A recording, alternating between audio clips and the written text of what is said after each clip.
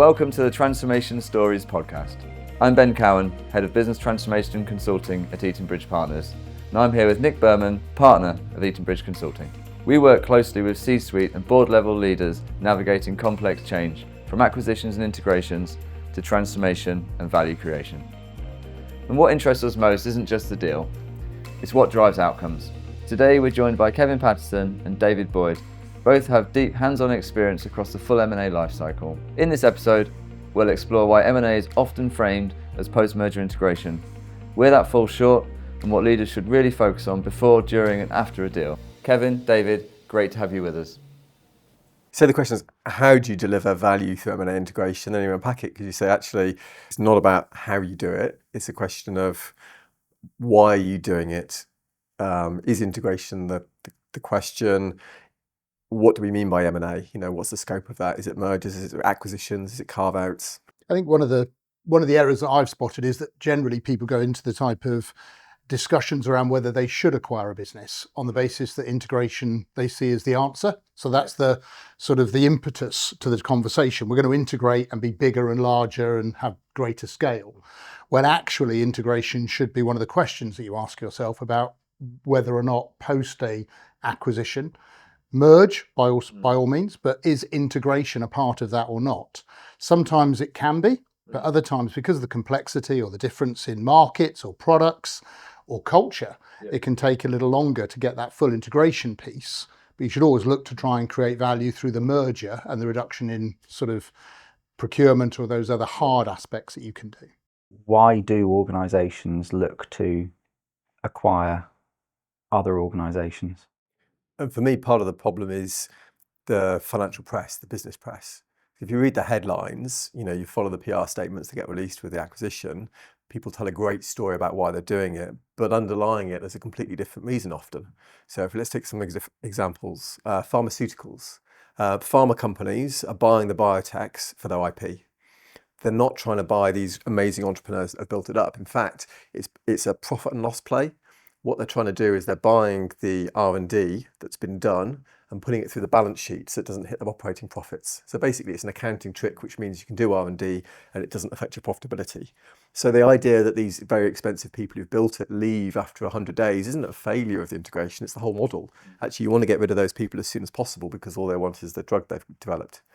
And that plays out in all the different sectors. WPP wasn't looking to integrate when it was buying up all those advertising agencies. It was simply looking to put the media buying spend through their specialist arms where they got a 20% rebate. So it had a thesis, a kind of deal thesis and a business model that's not about integration, it's about doing something else. And the thing is, you just don't see under the hood with these companies when you read the articles in the press.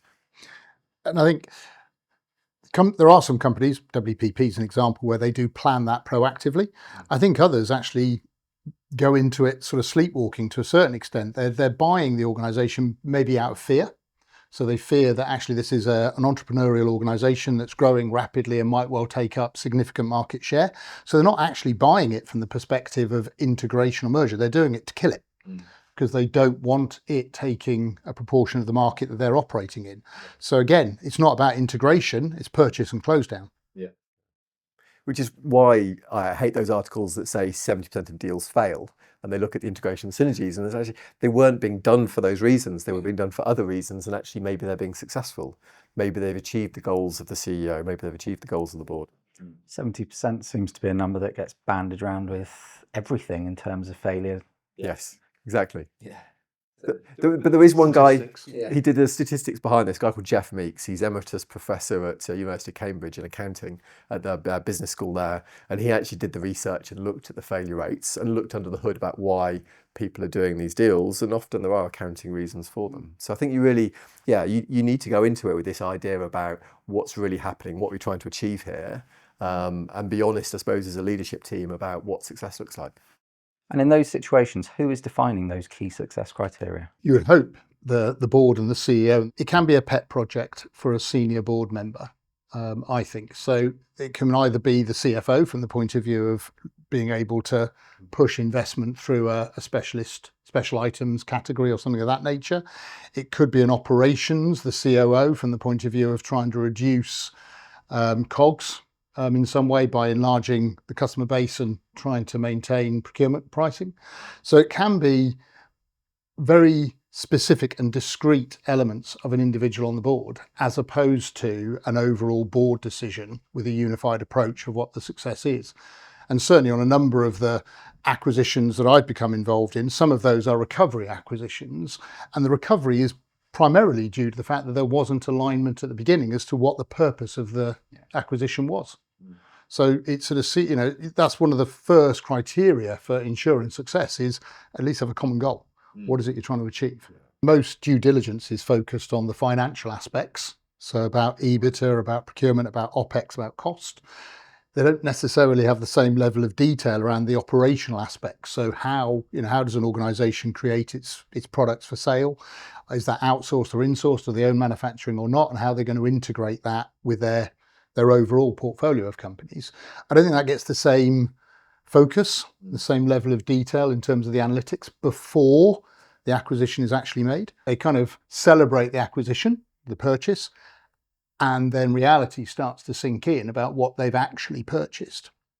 So you get an organisation, a large blue chip organisation that prides itself on being asset light. It sees a brand opportunity to acquire. It acquires that brand opportunity, but it hasn't recognised that coming with that is actually quite an asset deep part to their business. And they don't have structures in place or experience of managing assets, whether that's buildings or production plants directly. That's something they've not managed before.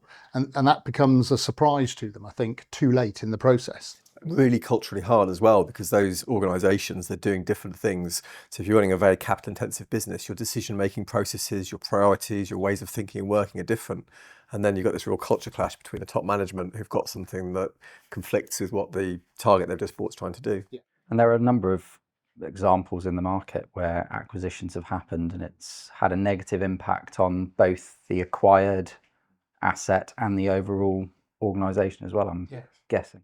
Absolutely. And I think some of that is due to incomplete planning up front. So not really necessarily fully understanding what it is you're purchasing, or indeed what it is you're going to do with that purchase. Some of it is that they've looked at the hard aspects rather than the soft, whether that's financial rather than operational, or whether that's company performance rather than culture. Because certainly if you are looking to integrate at some point, then there's going to be some aspects of bringing those two organisations together. And culturally, there can be, different EVPs put in there, the way that their reward mechanisms work, etc., particularly if that's cross-border. Most merger acquisition discussions are probably driven from either a financial or a marketing perspective. We're either trying to get increase our presence in the market through acquiring customers or brands, or it's financial, that we want to achieve that and get increased EBITDA, but we want to reduce our operating costs by increasing our size and scale and getting procurement savings. It's very rare that either of those conversations then talk about the operational side of the business and how do we go about integrating it. And since actually we're here for operational execution, it doesn't cross their mind. Yeah. So on paper, the value's created looking at the deal, but in reality, that value then, it's your job to then try and find that value afterwards. Yes. And if I'm being positive for them, there's a lot of uncertainty pre-deal. You don't know if the deal's going to go ahead. Yeah. Are you going to, you've got these critical resources around operations and commercial. Are you going to bring them into this deal early where you don't know if it's going to happen? Have those people had experience of deals before? So they might spend days going through a data room, not really adding value to the process. And they change the idea from, okay, we'll come up with a strategy and those guys will be involved in the implementation phase. Yeah. I think everyone sees there's this line drawn pre and post deal. And I think they see the integration activity or the merger activity or whatever as being post deal. It's just, part of the Gantt that they've got drawn out. And I think it would be helpful to draw that in at a high level to be pre-deal. But as you rightly say, I think there's complexities around confidentiality, around pace at which they need to operate and work. So they define what they would like to achieve from a financial perspective, but don't necessarily fully understand the cost involved in releasing that value. I suppose from a DD perspective, doing financial DD is relatively easy in the sense it's a desktop exercise. Whereas operational DD, it does come down to Yeah. going out and speaking to people and touching and feeling what an organisation is all about. To get the detailed DD, yes. I think there are some elements of the post-deal integration that could be discussed up front though. So for example, just high level, what is the asset value on the balance sheet of this organisation that we're bringing in? And does that fit with the overall strategy and setup that we've got in place, for example? I think they look at treasury, they look at tax, etc. They don't look at, I don't believe, that sort of operational piece in the same line. I agree, getting to detail would probably slow the process down and therefore probably wouldn't be advantageous to them. But there is some high level questions that they could ask themselves. As people that specialise in doing this, when do you typically get engaged by a client? And is that always the optimum time to be engaged? Answering your second question first, no. No, I mean, we would all, I'm sure I speak for David as well, you want to be engaged and involved as early as you possibly can. And generally, unfortunately, we're engaged, if not at the point of acquisition, then certainly once the deal is done and it's now just the last sort of breaths and signings that are undertaken. And therefore, you are executing on a strategy that's built on sand, because we talked about they don't have the same level of understanding about the operational integration or the work streams of activity that need to take place. They probably did look at finance, they probably did look at treasury and tax, they may well have looked at IT, but I doubt they've looked in the same way at culture and operations, which is two of the main focuses for any sort of integration type activity that we do. So it would certainly be beneficial to be involved and engaged earlier, I would suggest. I think a number of the ones that I've become involved in personally, the one I'm on currently as well, is actually turns into a project recovery program, because they set off on a journey that is undefined.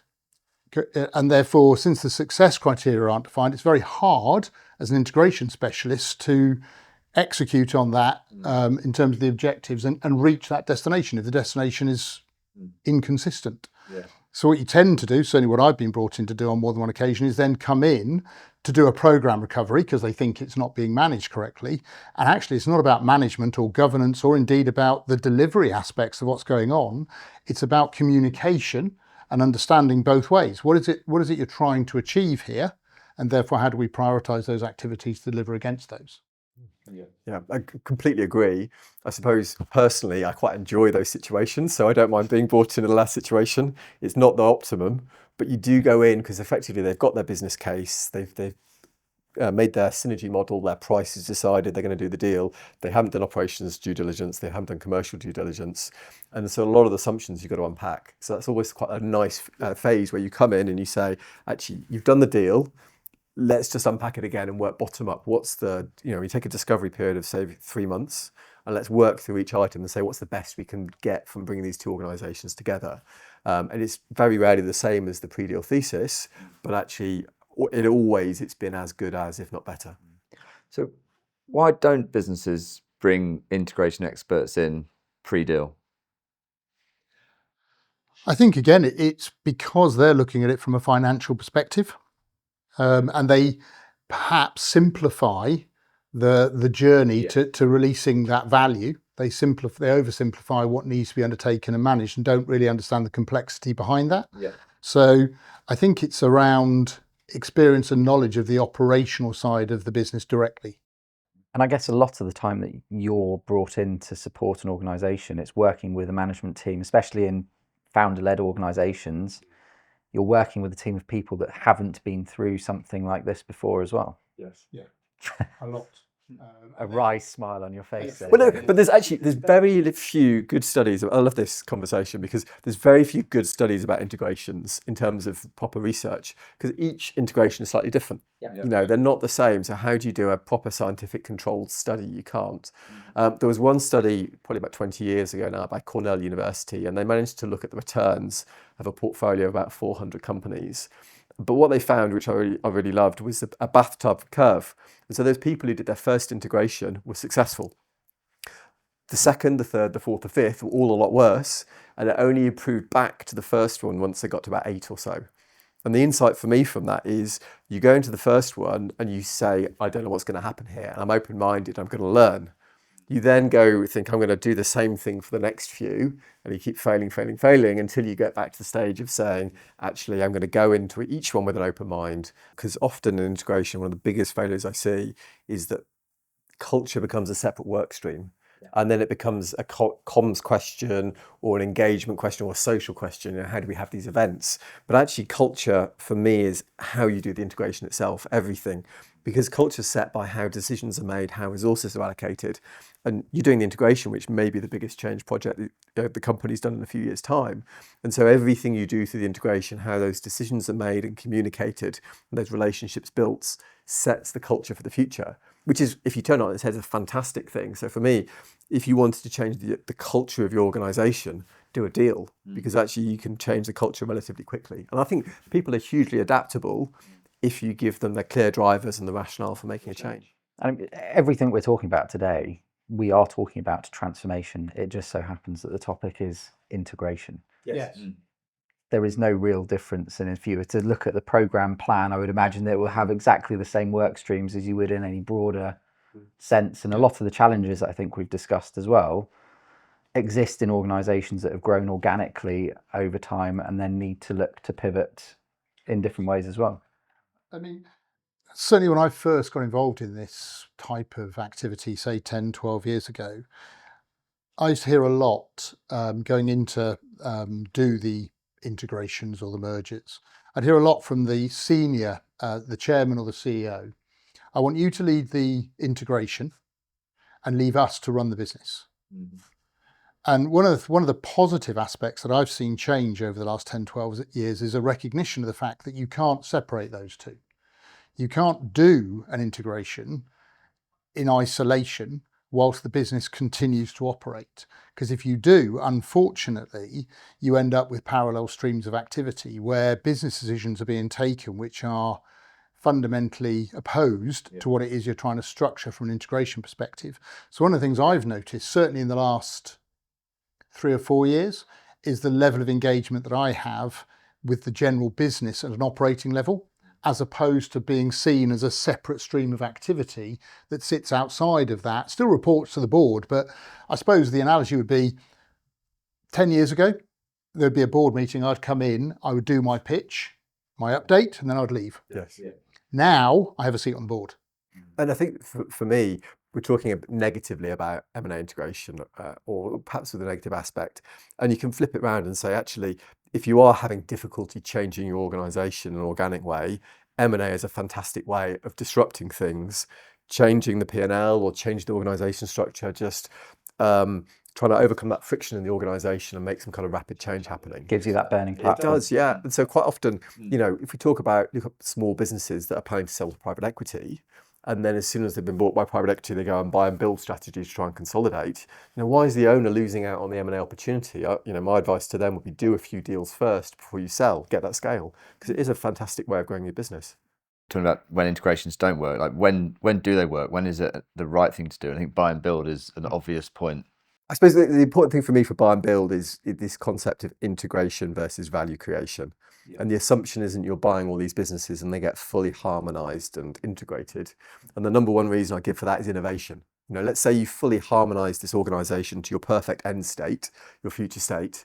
What if somebody in a local market in Sweden comes up with a great idea? Who do they go for approval? How are they allowed to change what they're doing? You know, if you fully integrate to your end state, that means there's no innovation anymore in the organization. So no, full integration is the answer. And so you change the question to say, how are we adding value through this buy and build? Yeah. What is it we're doing? And for me, it's got to be more than just the EBITDA multiple. You know, we go from scale because you buy it 7 times EBITDA and we're selling at 14. Fundamentally, what are you doing that's going to add value that's more than that?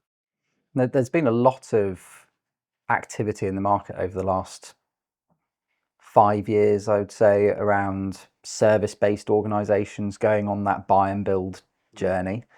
What is driving that?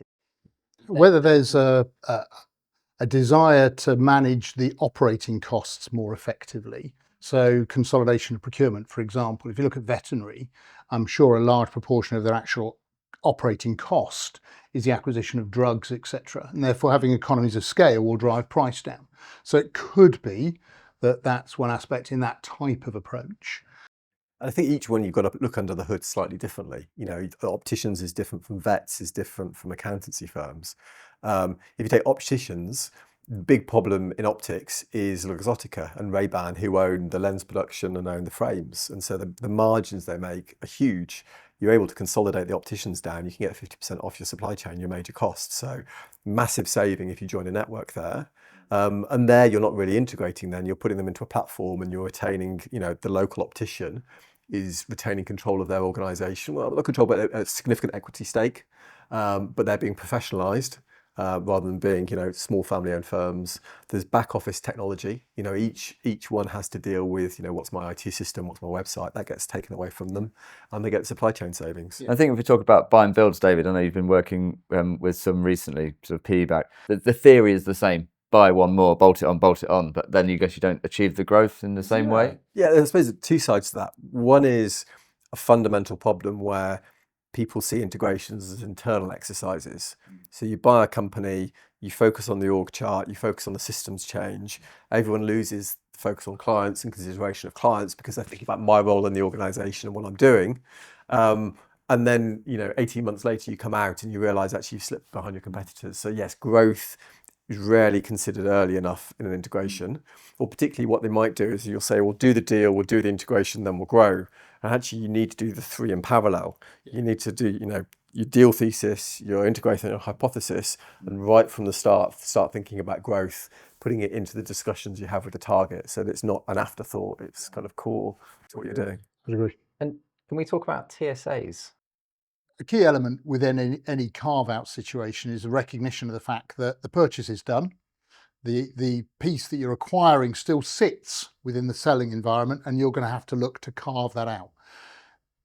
A number of situations call it gouging it out as opposed to carving it out, but we do try and carve. So yeah, making sure that we have adequate transitional service agreements set up to ensure that the services provided by the seller are maintained while you go through that process of successfully carving out and setting up independently. And the way that acquired company continues to operate, continues to provide value, is through the leveraging of those transitional service agreements. And also the worst thing in a deal, as in for a carve-out process, suddenly the lawyers want to focus on the share purchase agreement, the other kind of key document behind it, and they won't really start work on the TSA until they've got the SPA in place. And then suddenly you're in a really tight time frame, having to do a lot of work, a very complex, very detailed understanding of how the two organisations operate. And effectively, a transitional service agreement is there to enable the carved out organisation to continue operating whilst under new ownership. Correct. Yes. Yeah, that's its purpose. How can organisations set up TSAs in a way that don't hinder the integration process? Is it possible? It's challenging, certainly. Is there ever a merger? Is there ever two organisations that have, you know, a similar voice in the discussions? With regards to TSAs, where traditionally you're looking at a carve-out based type approach, that again, you rarely get a situation where the acquirer and the current owner have similar voices and similar ability to influence the content of the TSAs, either from a timing or a service or a cost or a penalties. So you end up in a situation where the TSA fundamentally is going to favour one side over the other. Yeah. And if that's your starting premise, it's then really hard to build an ongoing supportive relationship because one side is constantly in the deficit, whether that's the acquirer or the seller. I've seen it probably where it's the seller that's got the voice because they've got the service provision that the acquirer needs. Yeah. So once the decision's taken, we're going to acquire your business, then the power shifts across then to the seller, who then has a disproportionate opportunity to rule the roost with regards to the content of those TSAs. And this, I guess, is where the operational due diligence, or certainly the technical due diligence, is really important, because I'm assuming that the systems element of a TSA is the one that causes the most hangover. IT, yeah. I mean, IT and systems is probably the most complex, and the one that requires most diligence with regards to getting it set up correctly. Well, I think that what's interesting is the speed of change in organisations. So if you go back before, perhaps you'd have a 2-year window where you'd be planning your integration program, and you'd assume relatively status quo will be in the within that acquiring business, nothing major would change. You can't have that assumption anymore. Yeah. The acquirer is going to be going through a significant change program, technology, IT, AI, whatever's driving it in terms of the market, at the same time as you're doing the integration. And that changes things in so many different ways. But also, for me, it changes the strategies, because rather than if you take the situation where you're trying to do, say, best of both, company A has got one set of systems, company B's got another set of systems. We're going to choose which one we're going to go on to. We're going to spend 2 years migrating onto one or the other. But actually, in that 2-year period, the world has moved on. So what you're not looking to do is best of both. You're looking to do better of both. Actually, where do we want to be in 2 years' time? What's the best system in 2 years' time? And let's all go to that place rather than try and move sideways. The other bit that I've noticed as well, though, building on that, is there definitely was historically a desire to have a single technology stack that operated across and through the organisation. If you made an acquisition, you brought that acquisition onto your technology stack, and away you went. Because again of the way that the market is changing, and organisations go through both acquisition and divestment actually quite fluidly now, there's less drive for that consolidation of that technology platform. What there tends to be is middleware and an overlay that enables you to continue to run the acquired business on their historic systems, but have some sort of overview window that enables you to see consolidated activity between the two. Because generally it's less invasive, because you haven't got the problems of movement of data, etc., across from one system to another. The other is it enables you to remain fluid with regards to a future divestment of that organisation. Having spent 2 to 3 years moving them off their independent platforms onto your central stack, if then in 2 to 3 years' time you look to divest either some or all of that part of the business, you've now got to carve them back out again with no real value add in that process. And since they've adopted their technology stack for very good, sound business reasons, I'm sure, because they're successful, otherwise you wouldn't be acquiring them. So therefore their stack actually suits their point and position in the market. Leave them on it and just ensure that you bring in some middleware that enables your IT stack and theirs to communicate seamlessly and provide consolidated reporting and financials, etc., that you can see. I've seen that as a growing way in which organisations tackle that problem, as opposed to it historically always being, let's move them on. How do you see AI impacting? I guess if we break down the journey as pre-deal, doing the deal, and post-deal, where do you think AI is going to drive the most amount of value in the short to medium term? Just for due diligence. Yeah. Oh yeah, everyone's talking about how let's just run it through Gen AI and we'll do our due diligence on the data room without having people to get involved. Yeah. So yeah, that's where the quick win is. And I think we're all aware of organisations which have grown very rapidly around the deployment of AI, particularly around some of that due diligence opportunity. So things like, again, procurement, running an AI program over the top of the contracts that are in place, the buying terms that are in place, the POs that have been placed. What's the opportunity here for consolidation into our environment, and how much cost can we take out? That was a 6 to 8, maybe even 12-week review to do sort of in a solid process previously. I know of one organisation that can now do that in 3.5 days and provide a fully personalised report that will clearly define not just how big the opportunity is, where it is, and what you need to do to achieve it. So yeah, that's going to speed up the DD process, I think, quite considerably. Post, I think there are opportunities, particularly if you start looking at manufacturing, supply chain, distribution and warehousing opportunities, again, to sit and do a sort of geographical overlay of how they can be integrated from a manual perspective takes time. From an AI perspective, you can probably, push in the volumes of activity that are moving through set warehouses and the distribution and the endpoint final mile piece, and the AI would probably give you that within 24, 48 hours. It still needs, in my opinion, somebody, a human, to sit and actually look through and ratify that information. But I think AI is growing at such a pace that maybe even that intervention will disappear in the next 6, 12, 18 months. I think we're seeing the market improving for deals, certainly after a slower period the last few years. What advice would you give to people who want to acquire businesses now? Think long and hard about why it is you're doing it. What is the objective of it? Understand what the end point is. And that should be broader than just the financial benefit that you foresee, but also think about how that's going to operate and work in the future. Would be one piece of advice that I would give. It's changing that mindset from thinking about integration to value creation. What is it we're fundamentally doing this for? Where's the value going to come from? And make sure everyone understands that and focuses on that. Gents, it's been a fantastic conversation, thoroughly enjoyable. Thank you very much, David, Kevin, Nick, thanks for your time. Thank you very much. Thanks. Thank you for listening. To hear more insights and interviews with senior leaders, you can subscribe to our podcast on Apple Podcasts or Spotify, or watch the full interview on YouTube. You can also stay connected with us via our LinkedIn page for regular news and insights.